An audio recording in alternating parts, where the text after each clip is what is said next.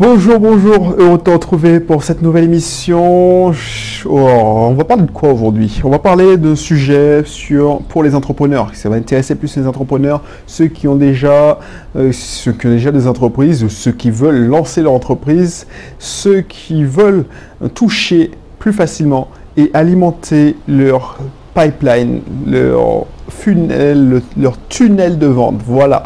Donc, avant de t'en dire plus, avant de t'en dire et te dire ce que je voulais te dire aujourd'hui, excuse-moi, mais là, je me suis déconcentré parce que je vois la vue. Alors, c'est à double tranchant.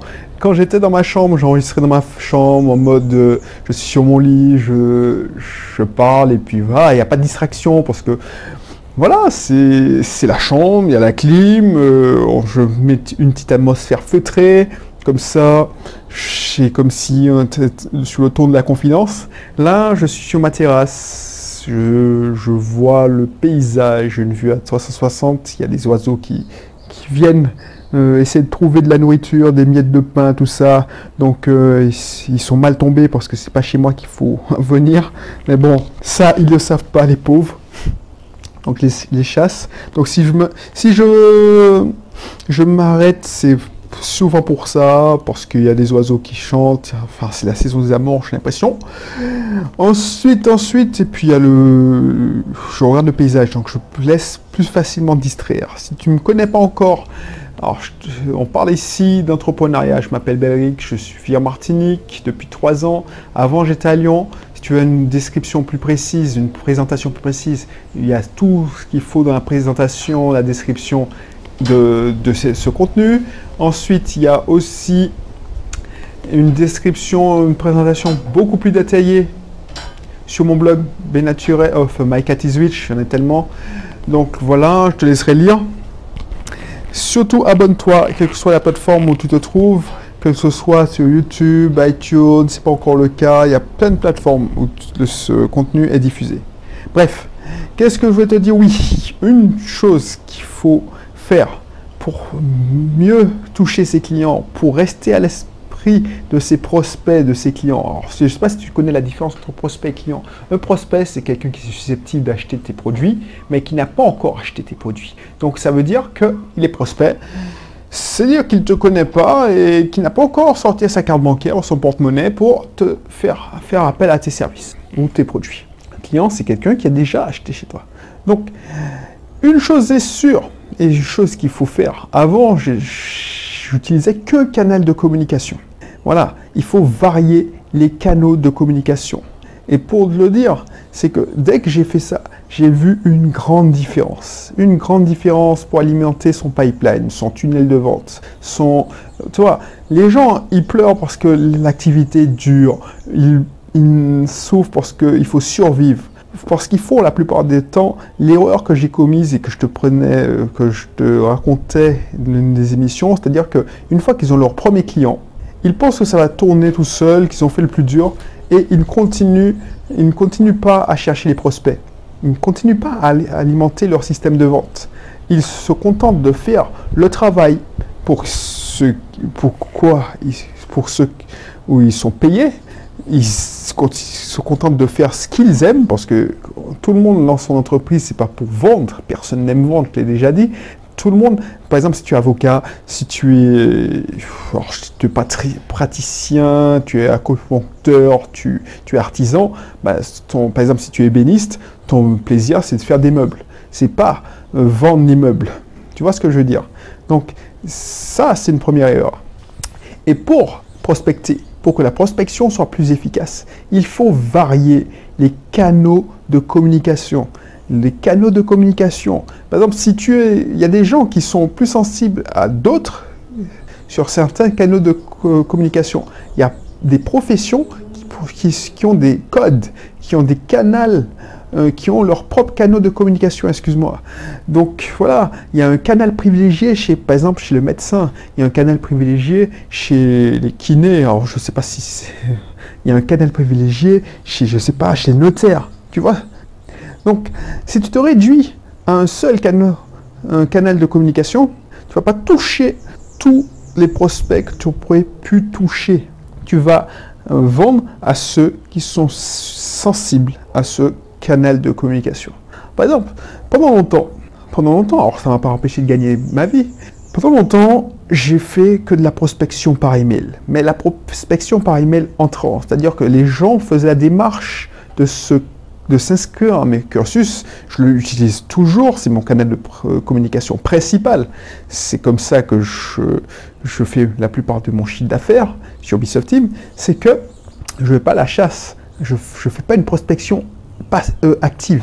Je fais une prospection passive, c'est-à-dire que je fais du contenu marketing pour intéresser les gens. Je leur propose de s'inscrire dans un de mes cursus, comme je l'ai proposé en début d'émission. Et puis, si ça t'intéresse le sujet, tu as accès à plusieurs vidéos, du contenu offert. Et ce que j'espère, c'est que le contenu offert t'a tellement plu et que tu as envie d'aller tellement plus loin et avancer beaucoup plus vite. Donc tu te dis, bon, je vais lui faire confiance et je n'ai quelques centaines d'euros pour avancer beaucoup plus vite et pour faire des économies. Donc ça, c'est ce qu'on appelle la communication, la prospection passive. C'est-à-dire que tu fais du marketing web, où tu fais du content marketing, et moi je le mets dans la prospection passive, la publicité Facebook, tout ça. Parce qu'en fait, tu fais de la publicité, les gens s'inscrivent ou pas, et puis c'est tout. Mais il y a plein d'autres canaux de communication. Tu as de la prospection active. La prospection active, c'est d'aller faire de la prospection au porte-à-porte, comme les vendeurs d'aspirateurs des années 70-80. Il y a la prospection active où tu vas dans du networking. Donc il faut mettre ça, tu fais du réseautage, donc tu vas dans des expos, là où tes clients se réunissent, tes partenaires se réunissent, et tu fais du réseautage. Ça, c'est de la prospection active, puisque tu distribues tes cartes de visite, tu fais le commercial moyen ou le consultant basique.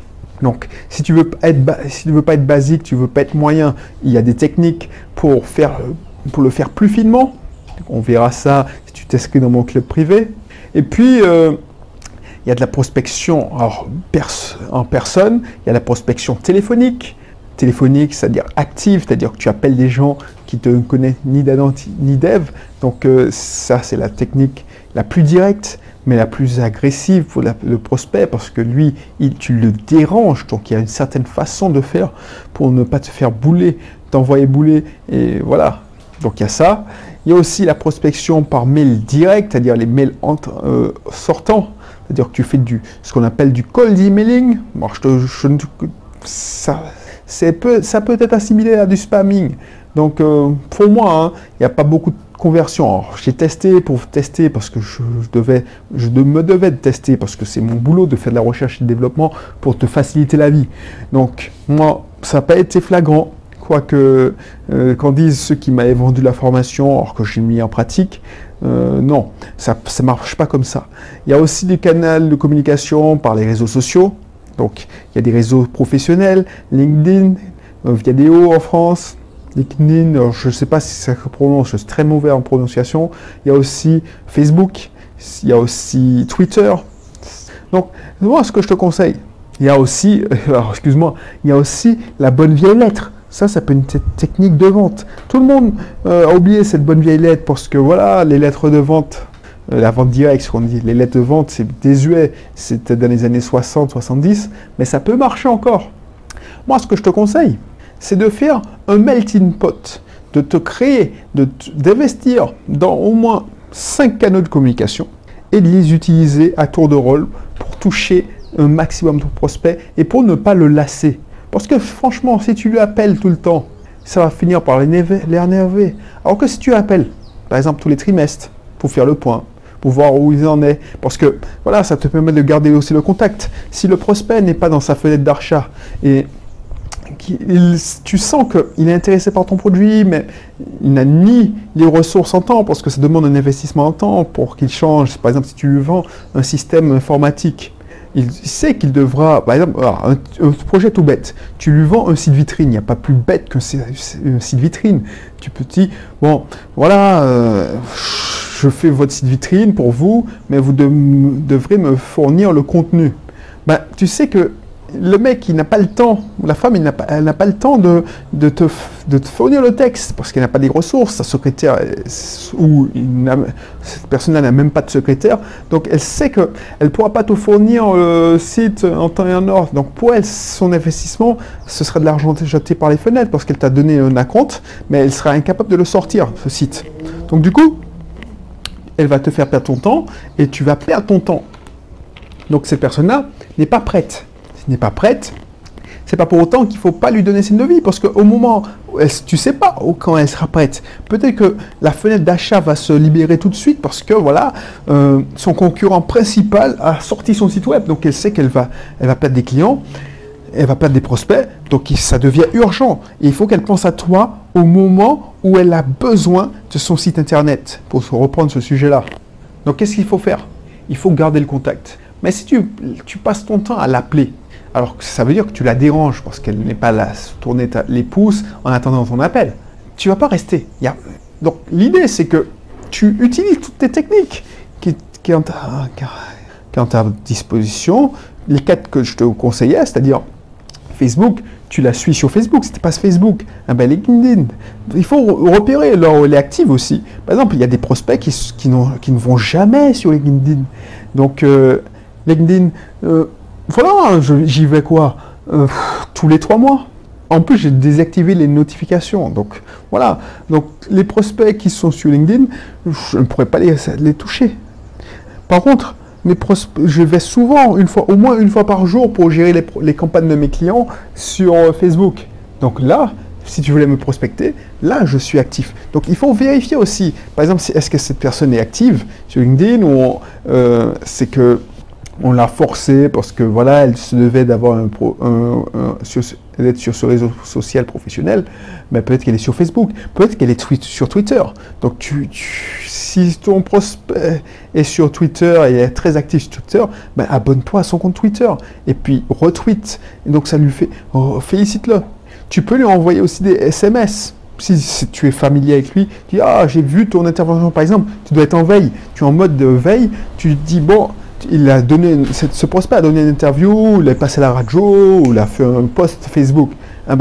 Tu lui envoies un SMS pour lui dire ou un WhatsApp, très bien ton intervention sur ce post Facebook. Voilà, et ça fait la différence. Ça fait la différence. Je t'ai vu à la radio, j'ai écouté ton émission à la radio, c'était super. Enfin, par contre, il faut que ce soit sincère. Tu vas pas lui lécher tu vas pas lui cirer les pompes parce que pour vendre. Non, déjà, il faut que ce soit sincère et il faut que tu lui demandes rien en contrepartie. C'est juste pour gagner. Et puis, de temps à autre, tu appelles pour savoir est-ce qu'il est en position de faire son site. C'est ça qu'il faut faire. C'est pas chercher une opportunité ou un conseil pour vendre, parce que tu deviendras lourd. C'est justement varier varier les choses pour que justement tu la contactes par mail. Donc, ensuite tu la contactes par WhatsApp, si tu es sur WhatsApp, tu la contactes par Facebook. Par exemple, si tu as rencontré quelqu'un dans une convention, un séminaire, voilà, tout de suite après, tu lui envoies un WhatsApp ou un Facebook, tu lui dis oui, est-ce que ce serait bien qu'on se rencontre une nouvelle fois pour parler affaires, enfin bref, tu vois. Et c'est ça, comme ça que tu vas percer, tu vas réussir.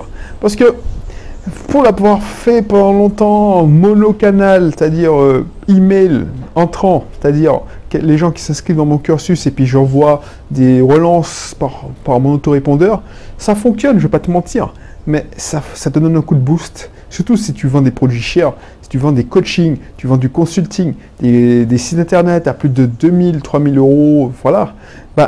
Si tu fais ça, tu vas pouvoir booster ta prospection et tu vas pouvoir alimenter ton pipeline et faire entrer les gens rapidement dans une fenêtre d'achat. Je t'en parlais d'une technique que j'ai lue. Alors, je ne l'ai pas encore mis en place. Voilà, la prospection par SMS. Il y a tout un chapitre sur la prospection par SMS que je traite dans le livre Fanatical Prospecting. Et il y a un truc, justement, quand tu gardes le contact avec ton client, alors je ne veux pas faire une émission parce que ce serait trop court, mais je te la rappelle et puis après je vais te laisser. C'est quand tu sens qu'il y a un événement qui peut faire basculer une vente, c'est-à-dire ton prospect n'est pas dans la fenêtre d'achat parce que bon, tu sais, il y a l'inertie, il est intéressé, mais bon, il n'est pas super motivé, c'est pas urgent, il y a d'autres priorités. Le fait que son concurrent bouge, le fait que ses concurrents ou son concurrent principal se fasse racheter, et tu le sais, peut-être qu'il le sait, mais tu t'en fous. Tu lui envoies un SMS pour lui dire, hey, au fait, tu as vu, ce client-là, il se fait racheter, il doit aller la vendre. Ça, c'est une belle opportunité. Et tu lui envoies un lien d'article où tu as vu ça. C'est souvent dans les échos, tout ça. Ah ben, tu sais quoi? Ça peut déboucher sur une conversation. Ah ouais, je ne savais pas. Et tu lui proposes dans le SMS, oui, et si on en discutait? Ou tu as remarqué que le concurrent principal, peut-être que lui, il n'est pas sur Internet. Alors, plein de clients comme ça, ils ne sont pas sur Internet, mais ils veulent un site Internet. Donc, ils ne sont pas en veille. Ils ne surveillent pas leurs clients, leurs concurrents, enfin bref. Et tu vois que le garage d'en face, ou je sais pas, on va dire que la menuiserie d'en face, alors que ton prospect c'est un menuisier, a créé un site Internet, ou fait une campagne de pub Facebook. Du coup, le fait de lui envoyer un SMS, tu dis ouais, excuse-moi de te déranger. Non, tu lui dis pas excuse-moi de te déranger. Le fait de lui envoyer un SMS, bonjour, c'est un tel, c'est Belrix. Est-ce que tu as vu que ton concurrent avait lancé son site en grande pompe pour sa campagne de publicité? Et tu mets une copie d'écran, alors si c'est un mail, ou tu lui mets un lien si c'est un SMS. Il faudrait vraiment que tu lances ton site, si tu veux pas être distancé, appelle-moi pour qu'on en discute. Je suis prêt à faire des efforts ou pour te permettre de passer à l'action rapidement, si tu n'as pas encore le budget. Je ne sais pas si tu devrais te dire ça comme ça, mais bon, moi j'improvise, donc tu feras comme tu veux. Mais ça débouche sûrement. Il y a de grandes chances pour que, vu qu'elle est prise de panique et elle est prise au prospect et a des émotions aussi, c'est pas un robot. Elle dit ah non, il y a de l'urgence à réagir. Il faut que je sorte mon site parce qu'il va me piétiner. Du coup, ça va déboucher et elle va rentrer en fenêtre d'achat. Et qu'est-ce qui va récolter le contrat? C'est toi, parce que tu as été là et elle sera reconnaissante. Voilà. Donc n'hésite pas à faire ces techniques-là, à varier tes canaux de communication avec tes prospects, tes clients. Comme ça va moins les saouler, ça va plus varier les plaisirs, et puis tu seras mieux représenté, tu seras mieux perçu. Voilà. Donc n'hésite pas. Et puis je te dis à bientôt. N'hésite pas aussi à cliquer dans la description pour regarder la description, le descriptif de mon club privé. Tu verras la liste des formations dont tu auras accès. Tu verras, c'est impressionnant. Chaque semaine, tu auras une partie d'une formation ou une formation. Ça dépend de la taille des formations. Franchement, si c'est des formations à 6 modules, je ne pourrais pas. Normalement, ça dépend. Je pense que pour être efficace, il faut que tu aies un maximum de 2 heures de contenu à digérer chaque semaine, parce qu'il y a des exercices à faire, ça dépend des formations. Donc voilà, n'hésite pas à faire ça. Je te dis à bientôt pour un prochain contenu. Et puis, si ce n'est pas encore le cas, abonne-toi et surtout, regarde la description de mon club privé parce que les prix augmentent. Pourquoi j'insiste? C'est pas pour moi, franchement. La plupart des gens qui se sont inscrits me permettent, je n'attire pas tous mes revenus de cet abonnement que je viens de lancer. C'est que j'ai envie d'aider plus de personnes à s'en sortir, à devenir indépendants financièrement, à voir comment que cette vie est, montrer que cette vie est possible. Parce que moi, je te raconte, je te dis que je suis en train d'enregistrer sur mon balcon, que je suis sur ma chaise longue là, en train de parler, en train de, limite bronzer. J'aurais pu faire ça à la plage, près d'une de mes locations saisonnières. J'aurais pu, je sais pas, mais si tu ne le vois pas, si tu ne le vis pas, tu sais pas de quoi je parle. Toi, tu te dis, mais non, je le vis en vacances. Mais c'est pas la même chose. Quand tu sais que c'est les vacances, tu sais que c'est fini, c'est que pour 2 ou 3 semaines, tu profites un maximum parce que tu n'as pas envie de rater tes vacances. Moi, je connais ça. J'ai passé 4 jours à Londres. C'était 4 jours comme si j'avais fait une semaine en 4 jours. C'est-à-dire que je partais à 6 h du matin, je voulais voir le maximum de musées, puisqu'ils étaient gratuits, le maximum de choses, je voulais faire le maximum de choses. Et puis, je rentrais crevé à 19 h, 19 h 30, 20 h. Et je me mettais la pression pour ne pas rater quoi que ce soit. On courait, on cavalait, on ne prenait pas le temps, on flânait pas. J'ai fait une croisière quand j'étais un ratrisseur, c'est-à-dire que quand j'étais en congé, j'avais pris des congés pour faire une croisière. C'est pas la même chose quand tu fais une croisière, quand tu as envie de profiter, tu as envie de faire des excursions parce que tu veux voir un maximum, je me souviens que j'avais cavalé à Barcelone pour faire les jardins, regarder la Gracia, je sais pas quoi là, tu m'excuseras, c'était de Barcelone, tu connais, la Sainte Famille, voilà. Alors, la Sainte Famille, les jardins, je sais plus de qui. Alors, je suis pas très cultivé, excuse-moi, mais tu vois. Et je m'étais interdit d'aller visiter parce qu'il y avait 3 heures de queue, on n'avait pas le temps. Juste faire des photos, pour montrer qu'on était là. Et puis, on a cavalé au jardin, on a fait le jardin, on s'est posé. Mais tu vois, on a couru, on s'est mis la pression. J'avais préparé ça bien en amont, en disant ouais, je vais faire ça. Ça m'a donné quelques week-ends de préparation. Alors que maintenant quand j'ai fait une croisière, alors que j'étais déjà dans ce mode-là, c'est-à-dire libre financièrement, il y a des fois où je me descendais même pas dans les escales. Alors c'était une croisière dans les Caraïbes, tu vas me dire que c'est moins exotique pour moi parce que je connais la plage, mais tu vois. Je suis pas. Il y avait tu pouvais descendre sur une île. Une île. Alors c'était une île privatisée. C'était une île au large de Saint-Domingue, de la République dominicaine. Une île où il y a des tours opérateurs, il y a des bateaux de croisière qui font descendre les gens et puis ils font des pique-niques, tout ça. On est descendu vers 11 h midi, 13 h même, parce que on n'avait pas de pression. On voulait pas avoir le transat au bord de la mer. Et encore, je voulais pas me battre pour bouffer. Et on s'est bien amusé. En plus, je suis pas resté longtemps dans l'eau parce que dans ces latitudes-là, alors tu vas me dire latitude, tu vas me prendre pour un fou, sauf si tu es en métropole. Mais l'eau est plus fraîche. Elle est à 24, elle est à 23. Franchement, à Saint-Domingue, l'eau est trop froide. Je préfère être en Martinique et l'eau est plus chaude. Donc, moi, j'ai pas pris mon pied en me baignant dans on était en plein mois de février, ça fait plus frisquet. Mais l'eau n'était pas hyper chaude, donc ça m'amusait pas plus que ça. Je me suis baigné avec ma fille, c'est tout. Puis voilà. Donc c'est ça que je veux pour toi. Donc ça, si tu peux investir sur toi en investissant dans ce club privé pour un prix modique. En plus c'est le début, donc les prix vont augmenter chaque mois. Donc n'hésite pas. C'est pour ça que je fais ça. Parce que finalement, entre nous, je n'ai pas vraiment besoin.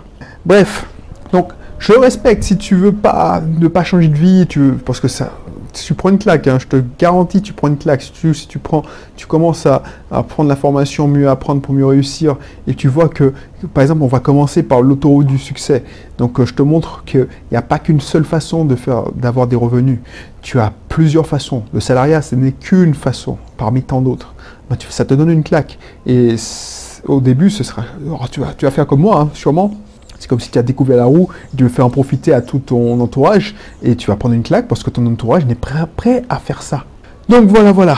Je t'embête pas plus. Si tu n'as pas encore fait, tu n'as pas encore vu la description, je t'encourage à le faire. Sache que à chaque fois, je rajoutais des formations, puisque je pense ce club-là, ce sera un club où je pense que je vais faire des événements. Il y aura, regarde la formation, il y aura des événements, il y aura du live. Donc si tu ne peux pas assister, tu veux pas prendre l'avion en Martinique, tu vas pouvoir assister à des événements, tu auras les audios des événements. Parce que j'ai pas envie de me prendre la tête avec filmer tout ça, c'est trop chiant, mais tu auras des audios, comme ça tu auras des gens qui vont poser des questions. Enfin, je vais réfléchir et c'est pas comme des formations. Il y a aussi des événements, des lives, des Facebook Live, je crois, je sais pas. Il y aura une version avec des Facebook Live, je pense. Donc voilà, Je te dis à bientôt. Et puis, on se retrouve de l'autre côté, dans le club privé. Allez, bye bye.